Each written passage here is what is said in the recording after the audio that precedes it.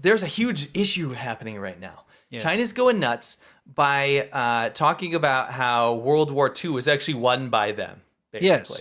They kicked out the Japanese, the communists. They kicked the Japanese out, and nobody else helped. Yes. Okay. It's a lie. America bombed Japan and We know stopped that. the invasion, right? But in China, it's not taught like that. No. In China, it's taught that the communists took over and they kicked out the Japanese and they made the new China. Yeah, they won the war of resistance. Yes. Now, this year, we've seen two massive, big anti-Japanese films Yes. come out, nationalist films in China.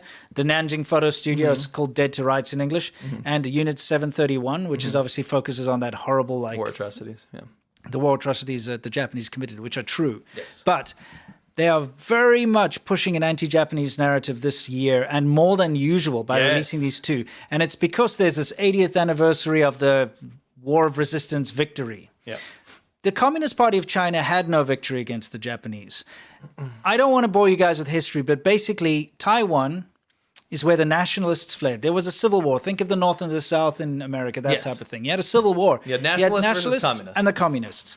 The nationalists fought the Japanese because they were in charge of China at the time. They got wiped out by the Japanese. They fought very bravely, and they fought countless battles and, so on. The Communist They were the good Party... guys. Yeah, they were the good guys. The Communist Party hid in the hills, did nothing. They engaged in, I think, 2 skirmishes or 2 battles throughout the entire war. Against the Japanese. Yes, we're hundreds by the nationalists. Yeah. They got wiped out. Anyway, after the whole war ended, the Nationalist Party fled to Taiwan to escape the communists because they lost the civil war because they were already decimated by the Japanese. Yeah. And that's where they stayed. Yes. But those are the guys that were fighting the Japanese, not the Communist Party. But now Communist China claims that they beat the Japanese single-handedly, pretty much without the help of the rest of the world. It was their victory. Yes. They did nothing. Yes. Nothing.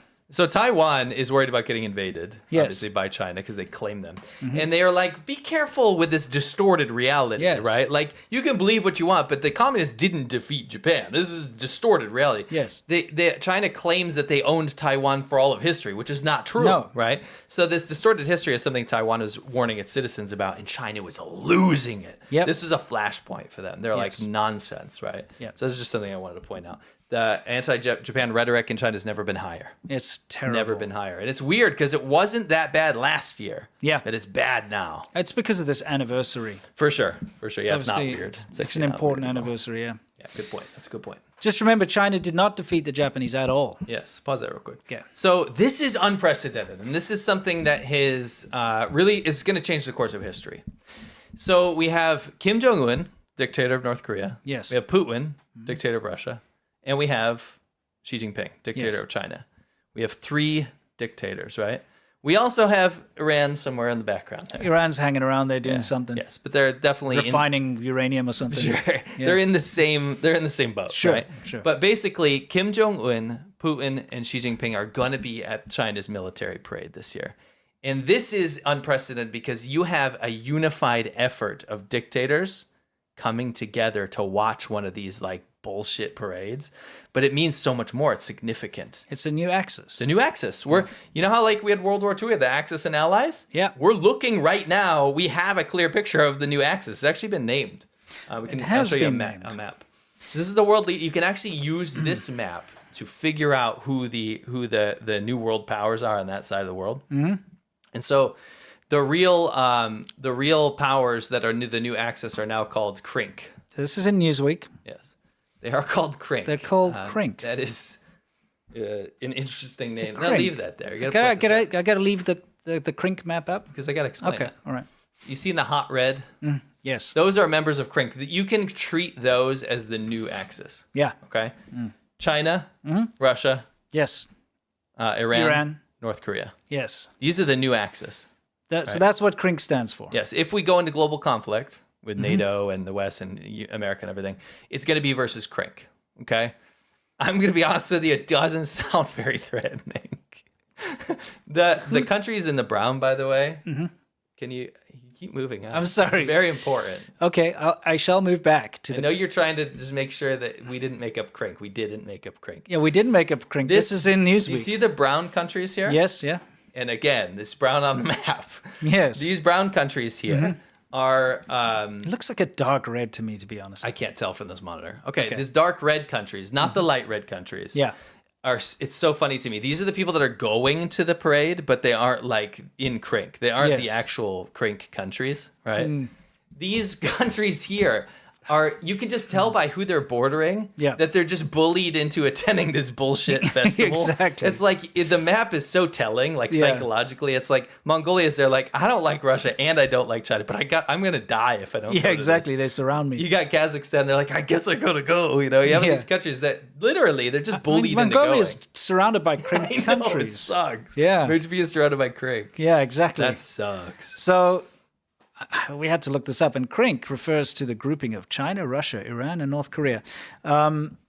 It's like, apparently it was put together during this big conference. And I just want to read a line down here. Sure. It says, according to Politico, a wide range of Asia-related concerns were shared by forum participants and remained a central theme throughout the event. The term was further used in the forum, with two of its primary sessions being titled Victory in Ukraine equals Message to the CRINKs. And newer, never mind the BRICS. Here's the CRINKs. I will say this. Dude. Imagine you're a country. What is this name? This is the worst acronym you could have come up with. Or is it the best?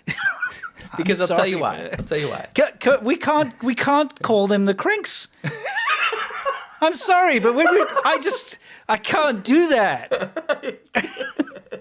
What's going on with this? It's either great or very bad, because it sounds a little derogatory. But here's the deal. I'll tell you why it might work. Okay, why? Let's be honest. The CRINK is the new enemy. Okay, to the West. CRINK is the enemy to the West. No, look, they are using it at the forum as a plural. Okay. Say message to the CRINKs, and it says newer mind the West. The BRICS. Here's the CRINKs. It's right there in the Wikipedia article. I didn't make that up. You didn't make that up. No. So the CRINKs are the enemy to the West. Stop. Okay. Yes. So here's the deal. We didn't make this up. No, we did not. But I want to point it to you. The one benefit from this, potentially, yes. if you take the weird sound away from it, is that if you think about this, if you're a country on the fence, right, and you're like, do I want to stand up against NATO? And you picture that logo and the U.S. and you're like, think of that bald eagle, and you think of the American military, and you think of all the EU countries that are in NATO, and you're like, I don't want to fight the special forces of France or England or America. I don't want to do that, right? When you pose the alternative and you say, are you scared of the CRINKs?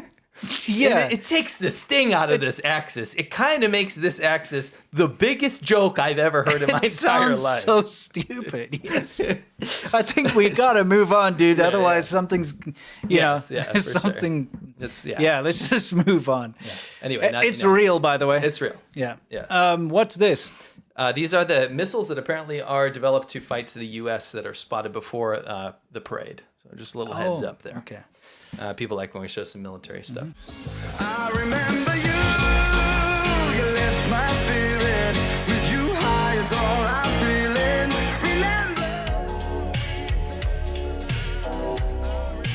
feeling. We have discovered that there was a microclimate of music that was only happening in Hong Kong.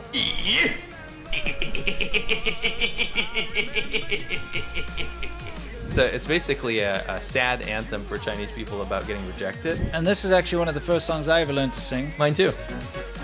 I love this. It's a fan. Nobody would have a TV in their home. I'm just saying, there's so many cool birds. These pigeons are so Chinese. It's Chinese culture, homing pigeons.